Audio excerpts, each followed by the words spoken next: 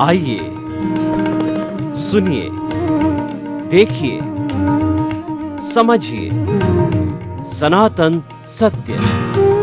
जैसी दृष्टि वैसी सृष्टि, दृष्टि विज्ञान। कुदरत, कुदरती रचना एवं कुदरत के कानून से शाश्वत सुख की प्राप्ति। जोधपुर के परम पूज्य महात्मा उपासक प्रोफेसर डॉक्टर सोहन राज तातेड़ के निर्देशन में सनातन सत्य। जैसी दृष्टि वैसी सृष्टि, दृष्टि विज्ञान।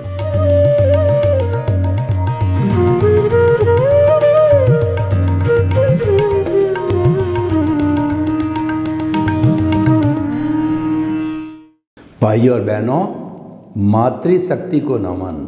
आज का अति उत्तम विषय व्यवहारिक जीवन का लक्ष्य परोपकार, यानी जो हम जीवन जी रहे हैं हमारे परिवार के अंदर, समाज में, देश में, विश्व के अंदर जो भी हम प्रवृत्तियां करते हैं, मन वचन काया से जो प्रवृत्ति हम करते हैं, इसका मुख्य लक्ष्य क्या है या क्या होना चाहिए।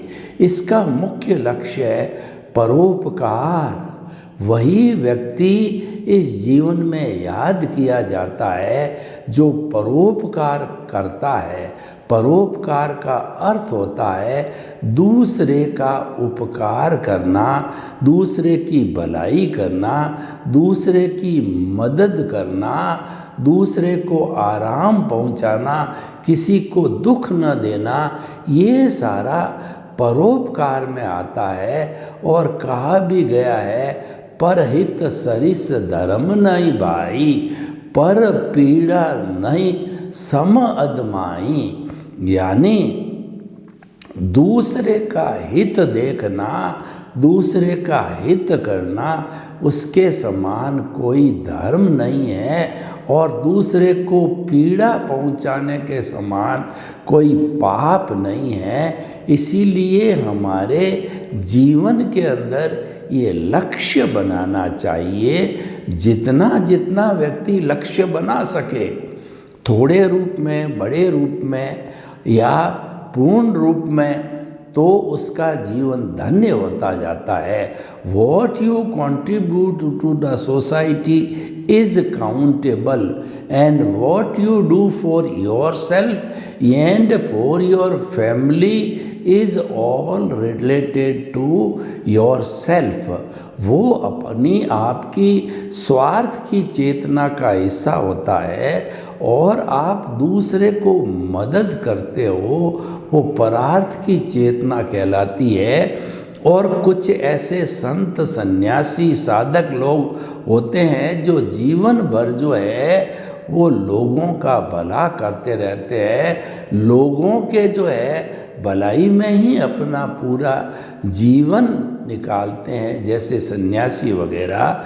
तो ऐसे लोग जो है वो परम उपकारी होते हैं, ऐसे परम हितैषी होते हैं और ऐसे लोग परोपकारी कहे जाते हैं।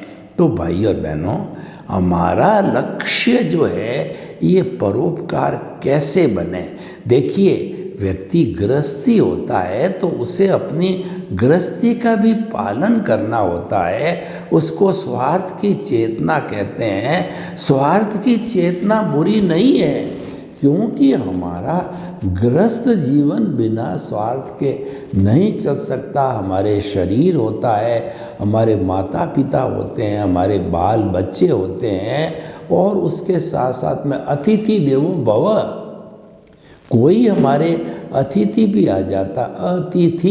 अतिथि का अर्थ होता है बिना तिथि आने वाला, अचानक आने वाला है। उसकी हम जो आवा भगत करें, उसको हम रेस्पेक्ट देवें, वह अतिथि आ जाता है। उसको हमारी भारतीय संस्कृति में अतिथि देवो भव का अर्थ हुआ कि अतिथि को भगवान का रूप माना गया है।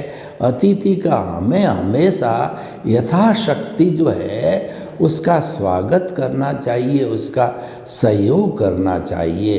तो भाई और बहनों, आज का विषय परोपकार से जुड़ा हुआ है, तो हमें सारी परोपकार की महिमा गानी चाहिए। परोपकार कैसे किया जाना चाहिए और परोपकार करने से हमें क्या प्राप्ति होती है, सामने वाले को क्या प्राप्ति होती है और इसका हमारे जीवन से क्या संबंध है।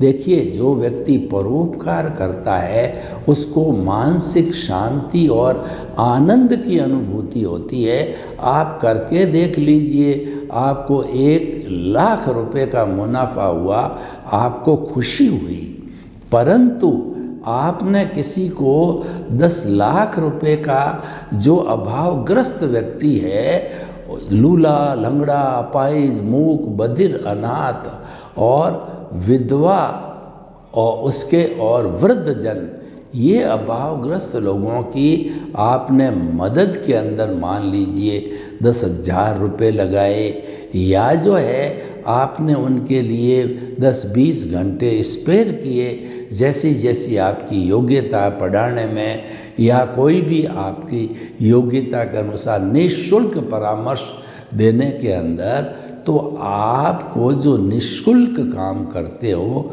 उसमें बहुत बड़ा सुकून, शांति और आनंद की अनुभूति होती है, क्योंकि ये परोपकार का लक्षण है। हम दूसरे के लिए कर रहे हैं, इसीलिए आनंद की अनुभूति होती है। ईश्वर स्वयं कहता है कि God help those who help themselves. जो अपने स्वयं की मदद करता है, ईश्वर उसकी मदद करता है।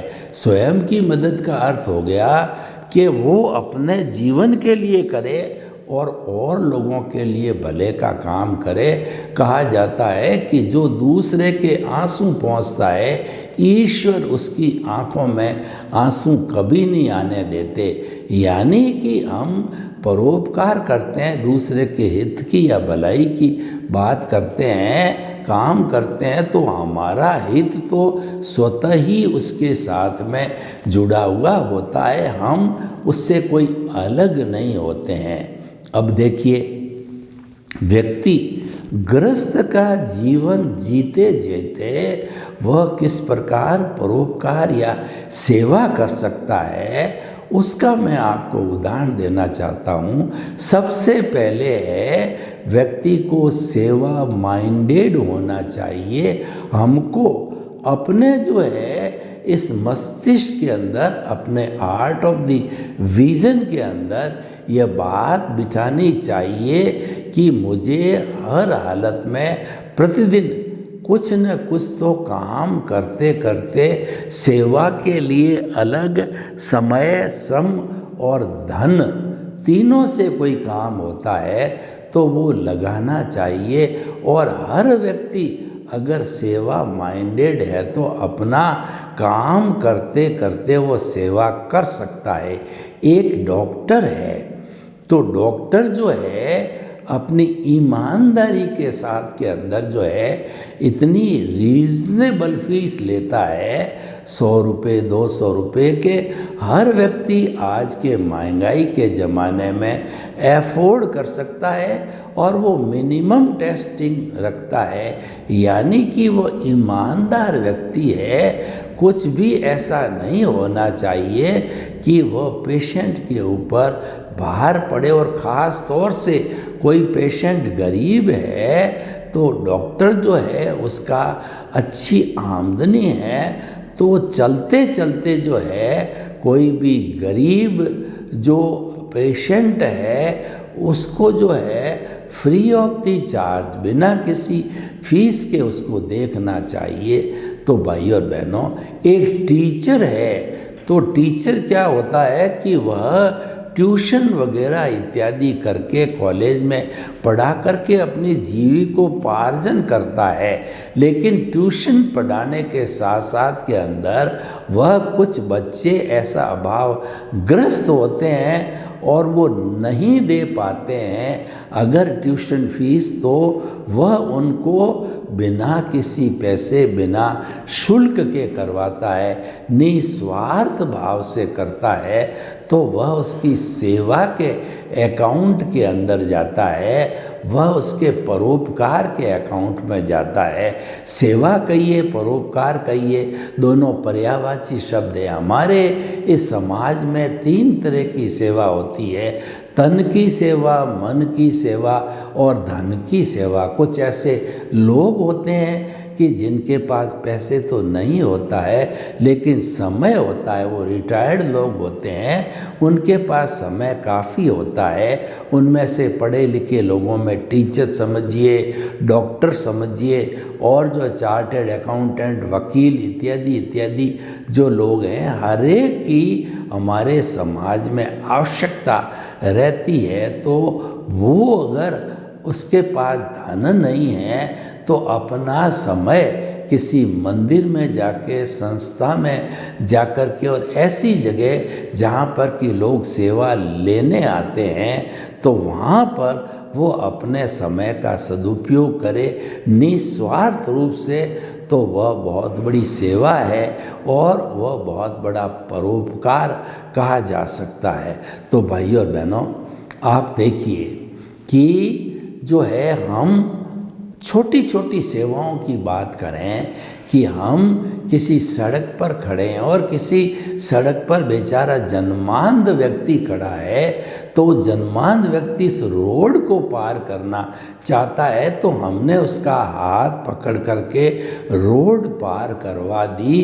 तो उस रोड पार कराने से जो कुछ भी हमने सहयोग किया, वो हमारे निस्वार्थ सहयोग है, वो सेवा के अकाउंट के अंदर जाता है। अगर कोई वृद्ध जन है और वो रेलवे की सीढ़ियों पर चढ़ नहीं पाते, उनके पास लगेज होता है क्योंकि उनका शरीर वृद्ध हो चुका है, तो एक जवान आदमी उनके लगेज को जो है सीढ़ियों के ऊपर तक जो है चढ़ा के, ऊपर से नीचे उतार करके, जो उस वृद्ध जन की जो सेवा करता है, सहयोग करता है, तो वह जो है, वह व्यक्ति जो है वास्तव में उसने चलते चलते सेवा की। उसने अपने काम के साथ साथ जो है 5-10 मिनट एक्स्ट्रा लगा करके सेवा की, तो वो सेवा अनुकरणीय है और उसके सेवा के अकाउंट में जाती है। कोई भी व्यक्ति थोड़ा समय दे, बड़ा समय दे, उसकी इसकी प्रकृति बन जानी चाहिए। वृत्ति, प्रवृत्ति और प्रकृति होती है। जो वृत्ति तो होती है हम एक बार करते हैं, प्रवृत्ति हम कई बार करते हैं, और कई बार वह प्रवृत्ति करते करते प्रकृति बन जाती है। अगर हम सेवा माइंडेड बनते हैं और सेवा 1 बार 2 बार करते हैं, तो धीरे धीरे वो हमारी प्रकृति बन जाती है कि हम प्रतिदिन सेवा करने लगेंगे, सेवा करना चाहेंगे, क्योंकि हमारा वह अभ्यास हो जाता है। तो भाई और बहनों, हम जो है जैसे जैसे संस्कार डालते हैं, वैसा वैसा हमारा जीवन बनता चला जाता है। अच्छा भी बन सकता है और बुरा भी बन सकता है। तो हम धारणा कैसी करते हैं, हम विचार कैसे डालते हैं, ये मुख्य बात है। तो ये जो है हमारे भीतर पॉजिटिव थिंकिंग के विचार डालना, यह भी एक सेवा का कार्य है। जो व्यक्ति सेवा का कार्य करना चाहता है, उसको सबसे पहली बात है, उसके जीवन में विधायक भावों का आना जरूरी है। विधायक भावों के आने के कारण जो वह व्यक्ति हमेशा दुख में से सुख निकालने की कला ढूंढेगा, कभी दुखी नहीं होगा। मान लीजिए कि उसको छोटा मोटा एक्सीडेंट हो गया, तो वो भगवान को धन्यवाद देगा कि हे भगवान, आपकी कृपा की वजह से मुझे छोटा मोटा ही एक्सीडेंट हुआ है, लेकिन अगर कल बड़ा हो जाता कि मैं गिर जाता, हमारे हेड इंजरी हो जाती और कोई बड़ी तकलीफ हो जाती, तो आपने मुझे उन सारी तकलीफ़ों से बचा दिया। और जो व्यक्ति रेगुलर परोपकार करता है, विधायक भाव रहता है, तो तो उसको भगवान भी सहयोग करते हैं, हमेशा जो है उसको कष्ट में आने ही नहीं देते हैं। वो पहले से ही ईश्वर तैयार रहता है उसको जो है अच्छा सहयोग करने के लिए, क्योंकि वो कहीं न कहीं अच्छा सहयोग कर रहा है। जो व्यक्ति समाज की सेवा करता है या समाज के लिए सहयोग करता है, तो ऐसा व्यक्ति जो है वो माला के मणकों में चमकता हुआ जो है एक सुंदर मणके के रूप में दिखाई देता है, क्योंकि सेवा करने वाले जो खुशबू फैलती है, हर एक पहचान लेते हैं यह व्यक्ति सेवा करने वाला है, क्योंकि वो रेगुलर करता है। तो भाई और बहनों, हमारा अगर ये जीवन आप धन्य बनाना चाहते हो, आप अमर होना चाहते हो, तो आपको अपने संस्कारों के अंदर सेवा के अच्छे महत्व को फिट कर दीजिए, और चलते चलते कभी न कभी चांस मिल जाए, और मिलता है।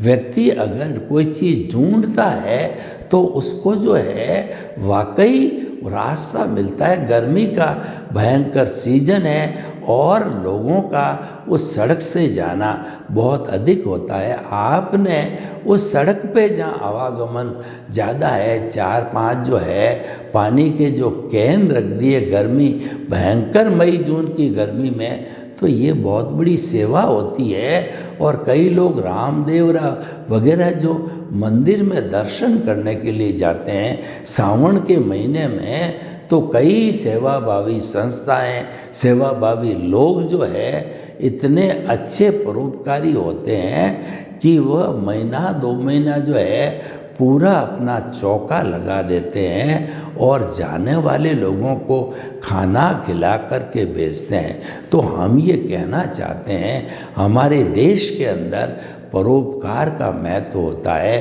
परोपकार करते करते और वह व्यक्ति ऐसे निस्वार्थ सेवा की भावना में रमण करता करता वह व्यक्ति जो है जीवन में उच्च स्थान को पा लेता है, और वह जो है एक पूजनीय, वंदनीय और स्तुत्य बन जाता है। देखिए कि हमारे समाज के अंदर टाटा है, बिरला है, जमशेद जी टाटा है, घनश्याम दास जी बिरला है, और जो है वो हमारे डीडवाना वाले जो है वो हमारा कहना चाहिए बांगड़ साहब है।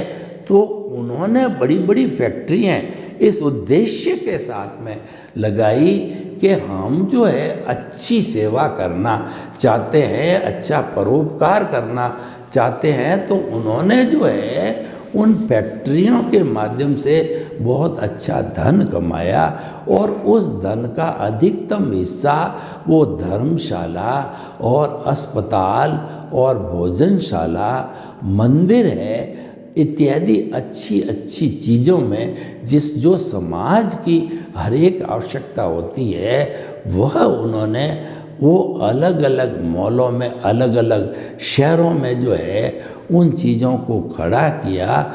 और वो जो उन्होंने जो खड़े किए, जैसे बॉम्बे हॉस्पिटल है, ये जमशेद जी टाटा के हाथ का लगाया। बिरला मंदिर है, ये पिलानी के अंदर भी है, दिल्ली में भी है। तो ये जो है वो बिरला जी की आज भी यादगार के समान है, और वो इन सब चीज़ों को बना करके अमर हो गए। तो भाई और बहनों, हम आपको बताना चाहते हैं कि परोपकार की इतनी महिमा है कि परोपकार करने वाला, निस्वार्थ सेवा करने वाला व्यक्ति वो पूजनीय, वंदनीय और स्तुत्य बन जाता है, क्योंकि सेवा एक बहुत बड़ा गुण है, और वो सेवा की महक होती है जो परिवार में और समाज में वो महक कस्तूरी की तरह फैलती है। तो भाई और बहनों, हम आपको बताना चाहते हैं कि जो है ये हमारा जो जीवन जो है, जो कि परोपकार से जुड़ा हुआ है, आज हम परोपकार की बात करते हैं। तो परोपकार का जो है आज डंका बजता है विश्व में, और विश्व की समस्याओं का समाधान भी परोपकार से होता है। यानी कई लोग ऐसे हैं जो कि उनके पास में बहुत से साधन है, वो साधन संपन्न है, और समाज में कुछ ऐसे विभिन्न लोग भी हैं जिनके पास में रोटी, कपड़ा, मकान, शिक्षा, चिकित्सा, इन सब की कोई व्यवस्था नहीं है। तो जो लोग साधन संपन्न हैं और ऐसी व्यवस्था वो करके जो है वो लोगों का सहयोग करना चाहते हैं, तो ये कितनी सुंदर बात है। और ये भारत है वो सेवा की भावना से ओतप्रोत है, और सेवा की भावना को हमारी संस्कृति के अंदर प्रथम स्थान दिया जाता है, क्योंकि सेवा करने से व्यक्ति को संतुष्टि होती है, और साथ साथ में व्यक्ति को ये महसूस होता है कि जिसकी हम जो है वो सेवा करने जा रहे हैं वह जो है वह बहुत ज़्यादा जो है उपयोगी होने के कारण वो व्यक्ति को भी पूजनीय बना देती है। तो भाई और बहनों, परोपकार की गाथा हमारे धार्मिक ग्रंथों में गाई जाती है, और उसके साथ साथ में जब कभी भी कार्यक्रम होते हैं तो परोपकार की बातों को बड़ा ही ध्यान के द्वारा दर्शाया जाता है। तो भाई और बहनों, परोपकार आप जीवन का एक अंग बनाइए, और जब जीवन के अंदर छोटी छोटी परोपकार करने की हमारी हैबिट बन जाती है, तो वह दिन दूर नहीं होता है जब हम बड़ी सेवा करने के लिए सक्षम हो जाते हैं। मात्र हमको विल पावर की ज़रूरत होती है। ऐसा व्यक्ति विल पावर कोई रखता है जो लोगों की सेवा करने में अपना जीवन लगाता है, तो ऐसे लोग वंदनीय स्तुत्य होते हैं। देखिए कि काफ़ी लंबा समय होने के बाद भी जो है हमने इस टॉपिक के ऊपर जो है आपको कितने कितने टिप्स दिए, आपको कितने सूत्र दिए, उन सब को जो है हमें हृदयंगम करना है। और देखिए कि हमारी भारतीय संस्कृति के अंदर सेवा का, उपासना का और जो है वह सहयोग देने का लोगों को कितनी बड़ी महिमा गाई गई है कि उसके सारे लोगों को जो अभावग्रस्त है वो बहुत बड़ी उनको सेवा मिलती है, उनके जो है इस तरीके के लक्ष्यों के कारण। तो आप देखिए कि हम जो है हमारी मन वचन काया जिनके माध्यम से हम सेवा करते हैं, तो हम हमारे जीवन का यह एक ध्येय क्यों नहीं बना लें कि मुझे तो परोपकार करना ही है। और उसके साथ साथ के अंदर हम जो है जब कभी भी ऐसी स्थिति आवे तो प्राथमिकता रूप के अंदर हम सेवा को स्थान दें, तो उस सेवा के स्थान से हमारे घर में, परिवार में कोई भी व्यक्ति होता है वह आपकी सराहना करेगा, आपकी वंदना करेगा, और हर समय के अंदर ऐसा व्यक्ति जो है वह बराबर संपर्क में रहेगा, क्योंकि वह सेवा माइंडेड व्यक्ति है, सेवा के बिना रह नहीं सकता। उसके जीवन का जो लक्ष्य है वह सेवा का बना हुआ है। तो भाई और बहनों, अपना अपना दृष्टिकोण होता है। कोई इसको अच्छे दृष्टिकोण से लेता है, कोई सामान्य दृष्टिकोण से लेता है, या कोई भी जो है इसको अच्छे वातावरण से जोड़ करके नहीं लेता है।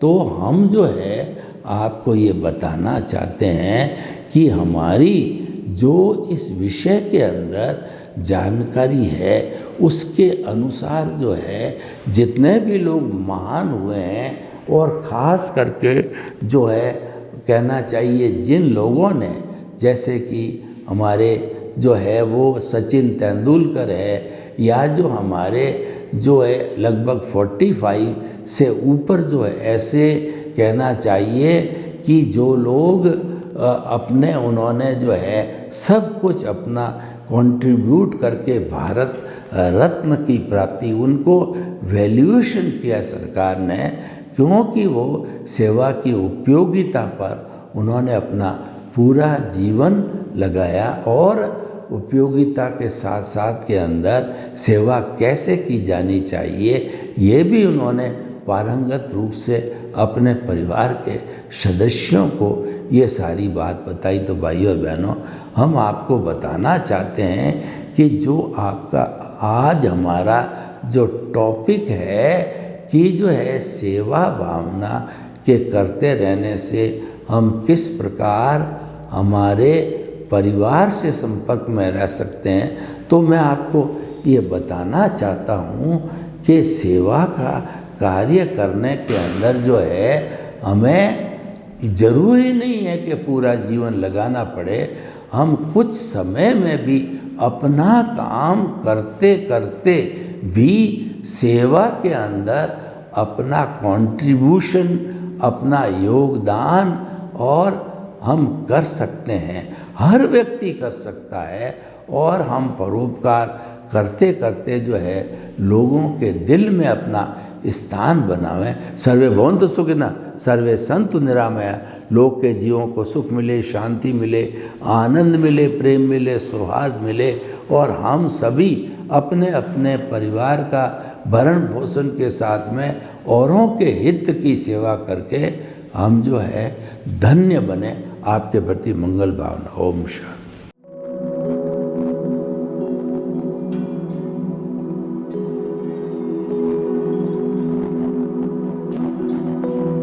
एक ऐसा अंतर्राष्ट्रीय ख्याति प्राप्त मानव जो गुरु प्रेरणा से पिछले 20 वर्षों से वानप्रस्थ जीवन जीते हुए 24 घंटे मानवता की सेवा में संलग्न है। एक ऐसा मानव जो अभी राष्ट्रीय, अंतर्राष्ट्रीय टीवी चैनलों पर 7,500 एपिसोड के माध्यम से सनातन सत्य, आत्मविज्ञान एवं पुनरुत्थान व्यवहार एवं निश्चय जगत के जीवनोपयोगी विषयों पर हृदय स्पर्शी प्रवचन कर चुका है। उस मानव का नाम है महात्मा उपासक प्रोफेसर डॉक्टर सोहन राज तातेड़। प्रोफेसर तातेड़ द्वारा योग, दर्शन, शिक्षा विषयों पर रचित पीएचडी स्तर के 250 शोध ग्रंथ भारत के 100 प्रतिष्ठित विश्वविद्यालयों में शोधार्थी पढ़ रहे हैं तथा वे सभी शोध ग्रंथ वहां की सेंट्रल लाइब्रेरियों में उपलब्ध हैं।